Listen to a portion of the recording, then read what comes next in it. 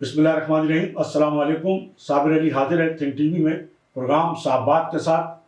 ناظرین، M Q M کی دو بڑی وکٹیں جو ہیں وہ پاکستان پیپلز پارٹی نے گرا لی ہیں اور انہیں پیپلز پارٹی میں شامل کر لیا ہے۔ یہ دو رہنما جو ہیں بڑے معروف رہنما ہیں، جو ایک تو انیس ایڈوکیٹ ہیں جو ماضی میں ایم کیو ایم کے ٹکٹ پر میرپور خاص سے قومی اسمبلی کے رکن منتخب ہوئے اور بہت اہم ایم کیو ایم کے رہنما رہے، لندن میں بھی ان کی بہت اہمیت رہی۔ اور دوسرے رہنما ہے رضا ہارون صاحب۔ رضا ہارون بھی بہت اہم رہنما اور ماضی میں ایم کیو ایم کے پلیٹ فارم سے جو ہے وہ صوبائی اسمبلی کا الیکشن بھی جیتے اور صوبائی وزیر بھی رہے۔ لیکن یہ 2016 میں جو 22 اگست کا واقعہ ہوا تھا اس کے بعد جو ہے ایم کیو ایم سے الگ ہو گئے تھے اور اس کے بعد یہ دونوں رہنما جو ہے وہ پی ایس پی میں شامل ہو گئے تھے۔ بعد ازاں ان کے اختلافات جو ہے وہ ظاہر ہے پی ایس پی کے اس وقت کے جو چیئرمین تھے اس وقت جو صورتحال تھی ان سے ہوئے اور بات آگے نہیں بڑھ سکی یا یہ ان کے ساتھ نہیں چل سکے تو یہ خاموش ہو گئے تھے، پی ایس پی چھوڑ دی تھی۔ اور بھی ابھی کئی متعدد رہنما ایسے ہیں کہ جنہوں نے پی ایس پی چھوڑی تھی، وہ ایم کیو ایم پاکستان میں تو آئے لیکن وہاں ابھی تک وہ فعال نہیں۔ تو بہرحال یہ دو اہم رہنما، ایک تو یہ پاکستان پیپلز پارٹی میں شامل ہوئے، یہ اس کے حوالے سے ہم بات کریں گے۔ دوسرے جو شہباز شریف صاحب سابق وزیر اعظم پاکستان اور مسلم لیگ نون کے جو صدر ہیں، وہ ظاہر ہے ان کا بڑا دورہ جو ہے وہ 2 روزہ دورہ تھا۔ وہ جمعرات کو کراچی آئے تھے اور آج جمعے کو انہوں نے جو ہے وہ بہادر آباد جا کر بھی ملاقات کی اور ویسے بھی جو ایم کیو ایم کے لوگوں سے دیگر لوگوں سے ملاقات کی۔ لیکن بتایا یہ جاتا ہے کہ شہباز شریف جو ہنگامی طور پر جو کراچی آئے تھے، ان کا جو اصل مقصد تھا وہ چونکہ این 242 سے انہوں نے کاغذات نامزدگی جمع کرائے ہیں، وہ چاہتے تھے کہ اس نشست پر ایم کیو ایم پاکستان جو ہے وہ اپنا امیدوار دستبردار کرا لے۔ لیکن ابھی تک کی جو صورتحال ہے وہ یہی ہے کہ شہباز شریف اپنی ان کوششوں میں ناکام ہوئے اور فی الحال ایم کیو ایم پاکستان نے انہیں جو ہے وہ ان کی بات ماننے سے انکار کر دیا ہے اور این 242 کی بجائے کراچی کی بعض قومی اور صوبائی اسمبلی کی نشستوں پر سیٹ ایڈجسٹمنٹ کی پیشکش انہیں کی ہے۔ تو لیکن یہ کہا جاتا ہے کہ ابھی فیصلہ ہونا 242 کے حوالے سے بھی باقی ہے۔ کل جو ہے اس کا جو ہے ہفتے کے روز اس کا کوئی فیصلہ کیا جائے گا۔ دوسری جانب جو مسلم لیگ نون ہے وہ ڈٹی ہوئی ہے کہ اس حلقے سے شہباز شریف جو ہے وہ الیکشن لڑیں گے۔ اور جو رانا مشہود ہے، بہت اہم رہنما ہے مسلم لیگ نون کے، انہوں نے بڑا جو مسلم لیگی کارکنوں سے خطاب کرتے ہوئے بڑا ڈٹ کر یہ بات کہی ہے کہ جناب شہباز شریف صاحب جو ہے وہ اس حلقے سے الیکشن ضرور لڑیں گے۔ تو ابھی یہ کشمکش جو ہے ایم کیو ایم پاکستان اور مسلم لیگ نون کے درمیان جاری ہے، لیکن ہمیں تو لگتا ہے کہ یہ کشمکش کوئی ایسی کشمکش نہیں ہے، کیونکہ جب مسلم لیگ نون جو ہے وہ اس کے پہلے ہی رابطے جو ہے وہ ایم کیو ایم پاکستان سے ہو چکے تھے اور ایم کیو ایم پاکستان نے الیکشن سے قبل ہی اپنا ایک اتحاد جو تھا، اپنی جو ایک سیاسی مفاہمت تھی اور جو ایک سیٹ ایڈجسٹمنٹ کی بات تھی وہ ان سے جو ہے اسی وقت طے کر لی تھی، اس کے لیے مذاکرات بھی چل رہے تھے۔ لیکن اب یہ جو تھوڑی سی ایک صورتحال بنی ہے کہ جی دونوں جماعتیں جو ہیں وہ ایک حلقے کے حوالے سے ڈٹ گئی ہیں، تو میں نہیں سمجھتا کہ یہ بہت دیر یہ صورتحال چلے گی۔ جب اگر ان کو کیونکہ ایم کیو ایم پاکستان ظاہر ہے کہ کراچی اور حیدرآباد کی جماعت ہے اور اسے آخر کار مرکز میں جو ہے وہ مسلم لیگ نون کے جو ہے وہ ساتھ چلنا ہے، حکومت میں شامل ہونا ہے۔ تو اگر اس کو حکومت میں شامل ہونا ہے اور اس کے بغیر تو چارہ نہیں، یہ تو نہیں ہو سکتا کہ ایم کیو ایم جو ہے وہ حکومت میں شامل نہ ہو، حکومت کی اتحادی نہ ہو، یہ تو ممکن ہی نہیں ہے۔ تو جب حکومت کی اتحادی ہونے کا پہلے سے انہوں نے ذہن بھی بنا لیا ہے اور یہ بات بھی کی ہے کہ جناب ہم ایک دوسرے کے ساتھ چلیں گے اور اپنے اتحاد کی بات بھی کی ہے، تو آگے جا کے یقیناً کوئی نہ کوئی اس طرح کی مفاہمت جو ہے وہ ضرور سامنے آئے گی، کیونکہ مستقبل میں دونوں نے ایک ساتھ بیٹھنا ہے اور ایک ساتھ بیٹھنے کے لیے بہت ضروری ہے کہ جو انتخابی جو مفاہمت ہے، سیٹ ایڈجسٹمنٹ ہے، وہ جو ہے کی جائے۔ بہرحال اس کا انتظار ہے کہ یہ سیٹ ایڈجسٹمنٹ جو ہے وہ کہاں ہوتا ہے۔ M Q M Pakistan N 242 کی نشست چھوڑتی ہے نہیں چھوڑتی، اور ہم نے آپ کو پہلے ہی کہا تھا کہ اگر دونوں اول تو ایسا نظر نہیں آ رہا کہ شہباز شریف صاحب اور مصطفیٰ کمال صاحب جو ہے وہ ایک دوسرے کے مقابل جو الیکشن لڑیں گے، اور لڑیں گے تو اس کا نقصان دونوں جماعتوں کو ہوگا اور ایک تیسری جماعت جو اس کا فائدہ اٹھا لے گی۔ اب ہم بات کر لیتے ہیں جو آصف علی زرداری صاحب سے جو ملاقات کی انیس ایڈوکیٹ صاحب نے اور رضا ہارون صاحب نے، تو وہ ظاہر ہے کہ بڑی اہم ملاقات ہے، اور ایک طویل عرصے سے جو یہی دونوں رہنما جو ہیں یہ خاموش بیٹھے، اس پہ بھی ہم بات کریں گے، لیکن ہم آپ کو ایک اہم بات بتاتے چلیں۔ جو پرانی ایم کیو ایم ہے، بانی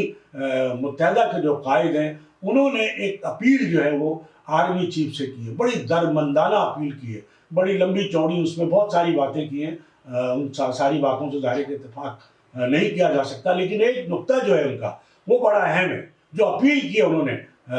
army chief general Asim Munir صاحب سے۔ انہوں نے کہا کہ جناب آپ سندھیوں، بلوچوں، پختونوں اور مہاجروں کے اصل نمائندوں سے بات کریں۔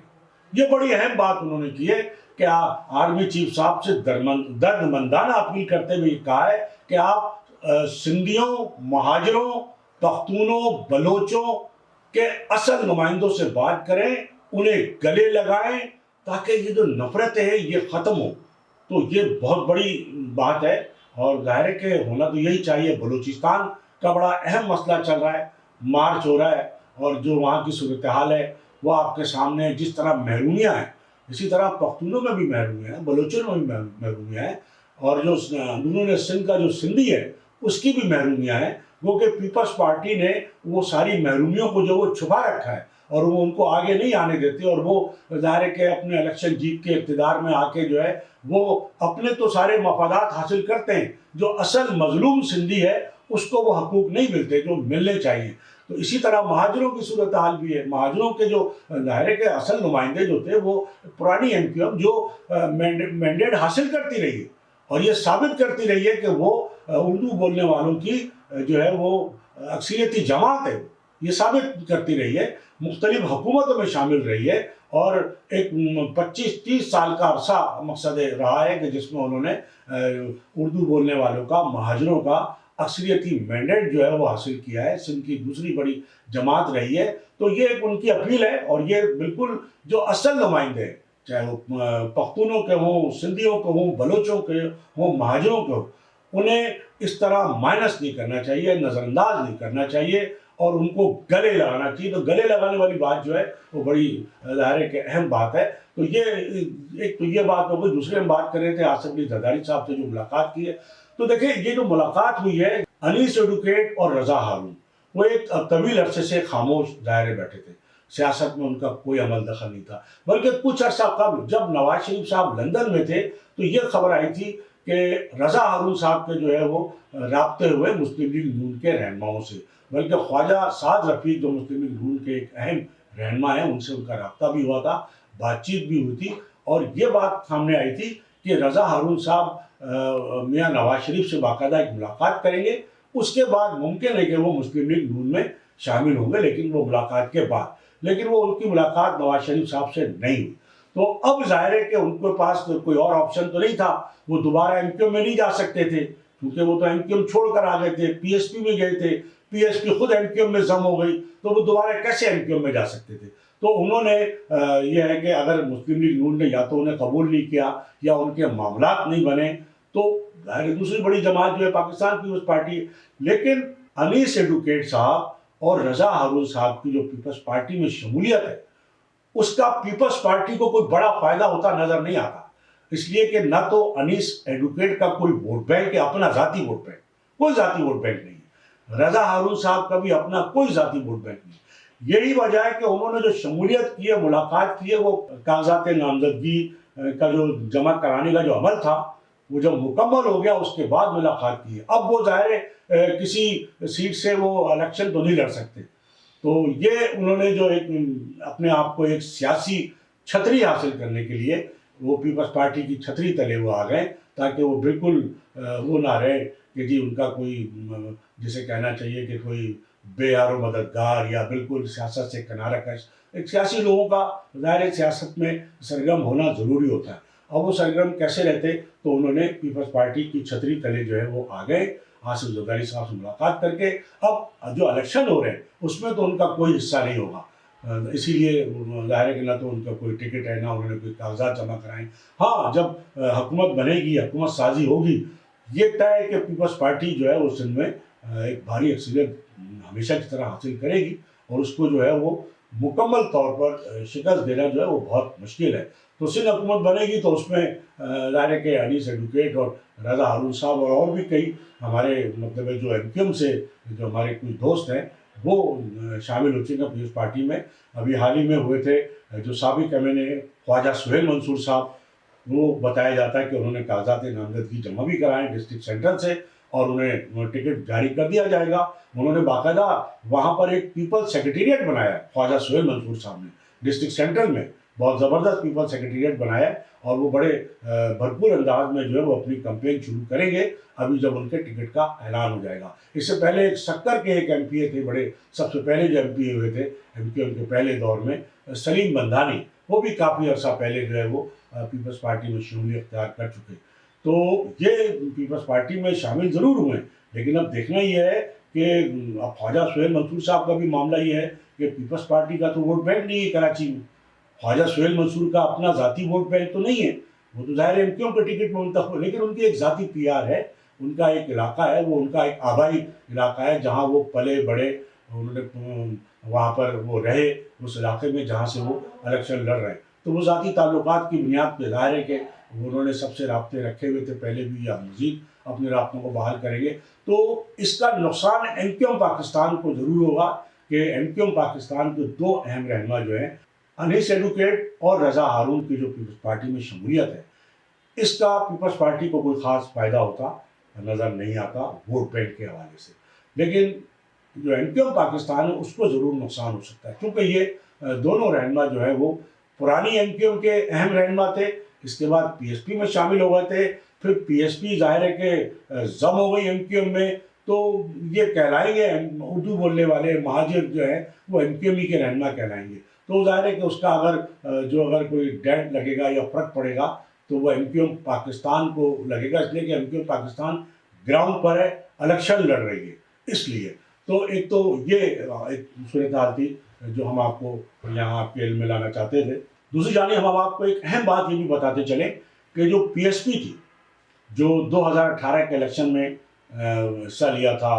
پی ایس پی نے، مصطفیٰ کمال صاحب خود بھی امیدوار تھے اور کئی امیدوار تھے، اور انہیں کوئی سیٹ نہیں ملی تھی، جس کے بعد انہوں نے پی ایس پی کو جو ہے کہا یہ جاتا ہے کہ ضم کر لیا ہے ایم کیو ایم پاکستان، لیکن ابھی تک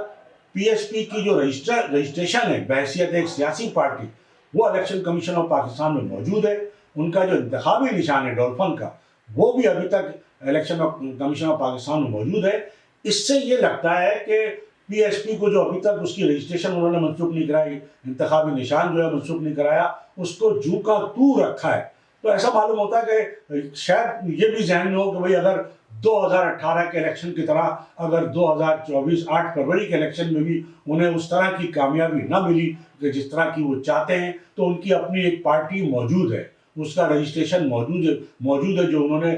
منسوخ نہیں کرایا، انتخابی نشان موجود ہے جو انہوں نے منسوخ نہیں کرایا، تو وہ اس کے بعد کوئی فیصلہ کر سکتے ہیں آئندہ کے سیاسی مستقبل کا، کہ وہ ممکن ہے کہ اپنی دوبارہ پرانی جماعت کے پلیٹ فارم سے جو ہے وہ اگر یہاں صورتحال اگر ان کو بہتر نظر نہیں آئے یا الیکشن میں وہ نتائج نہیں آئے، تو یہ ایک بات ہے۔ دوسری جانب جو مسلم لیگ نون کا جو وقت شہباز شریف کی قیادت میں جو ایم کیو ایم کے رہنماؤں سے قیادت سے ملا ہے، تو ان میں بنیادی یعنی اہم نقطہ تو یہی تھا این اے 242 والا، وہ حل نہیں ہو سکا ہے، لیکن اب اس کے بدلے میں ظاہر ہے اور بہت سارے معاملات تو حل ہوئے ہوں گے، اور بہت ساری ظاہر ہے کہ ایم کیو ایم کو یقین دلایا گیا، جیسے کہا بھی گیا کہ ہم کراچی کو روشنیوں کا شہر،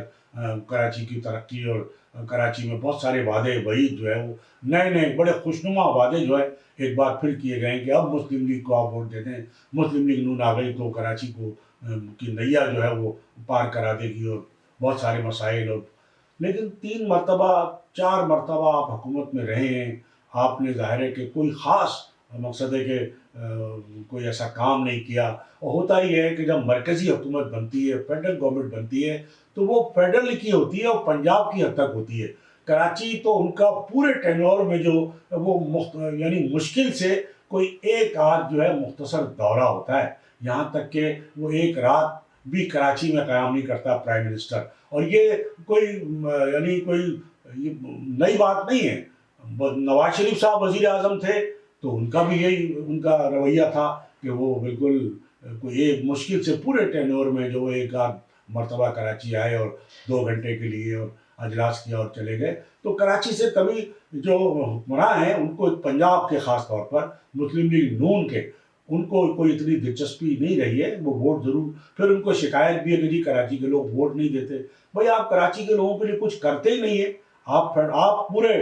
پاس پورا پاور ہوتا ہے، فیڈرل گورنمنٹ ہوتی ہے آپ کے پاس، لیکن آپ کراچی آنا بھی گوارا نہیں کرتے، کراچی میں ایک رات قیام کرنا بھی گوارا نہیں کرتے.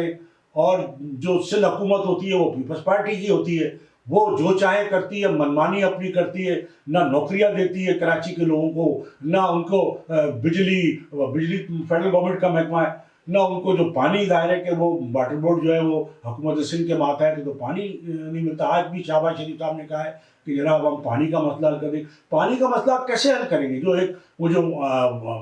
پانی کا ایک بڑا منصوبہ تھا کہ 4 اور کے 5 اور وہ فیڈرل گورنمنٹ کے تعاون سے بننا تھا، وہ بھی پورے طور پہ نہیں، اس میں فیڈرل گورنمنٹ نے پیسے دیے یا کیا ہوا، پیپلز پارٹی اس میں بہت شکایت تھی. عمران خان صاحب کے دور میں ظاہر ہے کہ نہیں ہوا. اور یہ جو کراچی سے جو عدم دلچسپی والی بات ہے یہ صرف نواز شریف صاحب یا مسلم لیگ نون کے لیے نہیں ہے. عمران خان صاحب جو بڑے دعوے کر کے آئے تھے اور کراچی کے لوگوں نے ان کو 2018 کے الیکشن میں بڑا بھاری مینڈیٹ دیا تھا، 14 نشستیں دی تھی کراچی سے قومی اسمبلی. لیکن عمران خان صاحب کا بھی رویہ یہی تھا کہ وہ بھی پورے اپنے 4.25 سال کے اقتدار میں کوئی ایک آدھ مرتبہ بمشکل کراچی آئے ہوں گے. کوئی رات انہوں نے کراچی میں نہیں گزاری، بس 2 گھنٹے میٹنگ کی. اور کراچی سے کوئی دلچسپ، اور جو کراچی سے تعلق رکھنے والے وزراء تھے اور بڑے اہم وزراء تھے انہوں نے بھی کراچی کے لیے کچھ بھی نہیں کیا. بلکہ ان کے دور میں تھے جو کے پی ٹی اور فورڈ قاسم کی جو اشتہار آیا اخبار میں نوکریوں کا، تو اس میں بڑا واضح لکھا ہوا آیا اشتہار میں کہ سندھ کے شہری علاقوں کے لوگ زحمت نہ کریں. تو یہ تو حال تھا. تو کراچی کے لوگ کیسے سپورٹ کریں گے؟ اب پھر پیپلز پارٹی تو خیر پیپلز پارٹی سے تو ویسے ہی کراچی سے پیپلز پارٹی کو مینڈیٹ نہیں ملتا. یہی وجہ ہے کہ پیپلز پارٹی کراچی کے لیے کوئی اتنی توجہ نہیں دیتی. وہ کہ اب پیپلز پارٹی نے جب سے وہ پرانی ایم کیو ایم کا معاملہ ہوا ہے، 22 اگست ہوا ہے، تو پیپلز پارٹی نے بھی کراچی میں اپنی جگہ بنا، جیسے اور دوسری جماعتیں پرانی ایم کیو ایم کی عدم موجودگی میں کراچی میں اپنی جگہ بنانے کی کوشش کر رہی ہیں. جماعت اسلامی نے بڑی بھرپور کوشش کی اور جگہ بنائی ہے اور بنا رہی ہے. پیپلز پارٹی بھی اسی طرح بھرپور کوشش کر رہی ہے اور اس عرصے میں انہوں نے کام بھی کیا ہے اور کام ان کے جاری بھی ہیں جو ابھی تک جس سے لوگ پریشان بھی ہیں. یونیورسٹی روڈ کا کام جو ہے اور دیگر کام جو ہے وہ ایسے وقت میں انہوں نے شروع کیے اور اتنی تاخیر سے انہوں نے شروع کیے کہ وہ اب تک کمپلیٹ نہیں ہوئے. اور لوگ جس طرح ایک عذاب کی صورت میں جو ہے وہ زندگی گزار رہے ہیں ترقیاتی کاموں کی وجہ سے. یعنی جب مکمل ہوں گے تب ہوں گے، لیکن فی الحال تو لوگ بڑے، اور یہ 15 سال سے پیپلز پارٹی کی حکومت تھی، چاہتے تو وہ بہت پہلے یہ ساری چیزیں کر سکتے تھے اور ان منصوبوں کو اپنی حکومت میں مکمل کر کے جا سکتے تھے، لوگوں کو ریلیف دے سکتے تھے. تو جو لوگوں کو ایک اذیت ہو رہی ہے تو اس کو دیکھتے ہوئے بھی لوگ ظاہر ہے کہ پیپلز پارٹی کو کیسے ووٹ دے سکتے ہیں. اور ویسے بھی پیپلز پارٹی کو کراچی اور حیدرآباد کے لوگ اس انداز میں نہیں ووٹ دیتے، مینڈیٹ دیتے. لیکن پی ٹی آئی کو دیا تھا تو وہ بھی لوگ مایوس ہوئے، پی ٹی آئی نے بھی بہت مایوس کیا. اور مسلم لیگ کا تو یہاں ووٹ بینک ہی نہیں، اور وہ تو خود بھی کہتے ہیں جی ہمیں ووٹ نہیں دیتے. اور وہ نئے خوشنما نعرے لے کر آئیں. دیکھنا یہ ہے کہ وہ نعرے جو ہے وہ قبولیت لوگوں میں اختیار کرتے نہیں کرتے، قبولیت کرتے ہیں کہ نہیں کرتے. اور بہرحال آج جو ملاقات ہوئی وہ کوئی بہت زیادہ کامیاب ملاقات نہیں قرار دی جا سکتی شہباز شریف صاحب کی ایم کیو ایم کے رہنماؤں سے، چونکہ اصل مسئلہ جو تھا وہ ایک NA 242 کی نشست کا تھا. لیکن بعض اطلاعات کے مطابق ایم کیو ایم نے مستقبل میں، چونکہ ان کو بھی نظر آ رہا ہے کہ مستقبل میں حکومت مسلم لیگ نون بنائے گی، تو مستقبل کے لیے انہوں نے کچھ وعدے لے لیے. اور یہ کہا جاتا ہے کہ یہ کہا ہے کہ کم از کم اس دفعہ جو ہے وہ 2 وزارتیں نہیں 3 تو وزارتیں پکی ہونی چاہیے اور 4 وزارتیں ایم کیو ایم کو ملنی چاہیے. تو یہ ایک غیر رسمی طور پہ جو گفتگو کے اندر یہ بات سامنے آئی ہے کہ انہوں نے نہ صرف یہ ہے کہ ایم کیو ایم کو حکومت کی سپورٹ کرنے کی صورت میں یا حکومت سازی میں مدد کرنے کی صورت میں جو ہے وہ 3 سے 4 وزارتوں کی یا 3 وزیر اور 1 مشیر اور مختلف عہدوں کی اور مختلف مراحل کی یہ ساری باتیں انہوں نے غیر رسمی طور پہ کی ہے کہ جی ٹھیک ہے ہم آپ کا ساتھ دیں گے، اور ممکن ہے کہ وہ الیکشن وہ جو این 242 ہے اس سے دستباری کا بھی فیصلہ کریں، لیکن ابھی تک ان کو شہباز شریف صاحب کو کم از کم آج کی ملاقات میں جو ہے وہ کوئی ایسا ان کے حق میں فیصلہ نہیں ہوا، اور وہ اس حوالے سے ملاقات جو ہے تقریباً ناکامی نظر آتی ہے۔ دوسری جانب جماعت اسلامی جو ہے وہ ظاہر ہے کہ وہ یہ کہہ رہی ہے آپ نے نبی الرحمان صاحب کے جناب کراچی نے جو ہے وہ ہمیں جو ہے مینڈیٹ دیا ہے، اور اب جماعت اسلامی جو ہے کراچی کی اہم جماعت بن کر ابھر رہی ہے، اور حافظ نبی الرحمان صاحب نے تو یہاں تک کہہ دیا ہے کہ آئندہ جو حکومت بنے گی، سندھ حکومت بنے گی، اس میں جماعت اسلامی کا حصہ ہوگا، جماعت اسلامی کا اہم کردار ہوگا۔ تو یہ بڑی اہم بات ہے، کیونکہ یہ ساری کوششیں ہم نے آپ کو پہلے ہی بتایا تھا کہ پیپلز پارٹی کا ڈٹ کر مقابلہ کرنے کے لیے جو ایک اتحاد اینٹی پیپلز پارٹی لوگوں کا اتحاد بنایا جا رہا ہے، تو اس میں ظاہر ہے کہ جی ڈی اے بھی ہے، اور سارے جو پرانے لوگ آ گئے ہیں، جو وزرائے اعلیٰ ہیں وہ بھی اس میں آ گئے ہیں، اور پھر ظاہر ایم کیو ایم بھی ہوگی، مسلم لیگ نون ہے، اور جماعت اسلامی، اور جو دیگر 1-2 جماعتیں ہیں ٹی ایل پی وغیرہ، ظاہر ہے کہ ان کی دیکھ 2-2 4-4 سیٹیں ہوں گی۔ ایک ظاہر ہے کہ مینڈیٹ تو اسی طرح ہوگا، کسی کو بھرپور مینڈیٹ تو کسی کو بھی نہیں ملے گا، سیٹیں جو ہے وہ جس طرح بانٹی جائیں گی، تقسیم کی جائیں گی یا تقسیم ہوں گی، تو وہ کسی کو بھی جو ہے وہ ایک ایسی واضح اکثریت حاصل نہیں ہو سکے گی کہ وہ حکومت بنا سکے، اور یہی نظر آ رہا ہے کہ سندھ میں بھی یہی ہوگا کہ جو وفاق میں ایک مخلوط حکومت بنے گی، تو سندھ میں بھی یہ ممکن ہے کہ پیپلز پارٹی کی سیٹیں جو ہے وہ پہلے جیسی نہ ہوں، کیونکہ کوشش تو یہی کی جا رہی ہے۔ تو پھر یہ ہوگا کہ جیسے جماعت اسلامی نے ابھی سے یہ کہنا شروع کر دیا کہ آئندہ کسی حکومت میں ہمارا اہم کردار ہوگا، حصہ ہوگا، تو یہ نظر آ رہا ہے کہ نہ صرف یہ ہے کہ وفاق میں مخلوط حکومت ہوگی، بلکہ سندھ میں بھی مخلوط حکومت ہو سکتی ہے اگر پیپلز پارٹی کی حکومت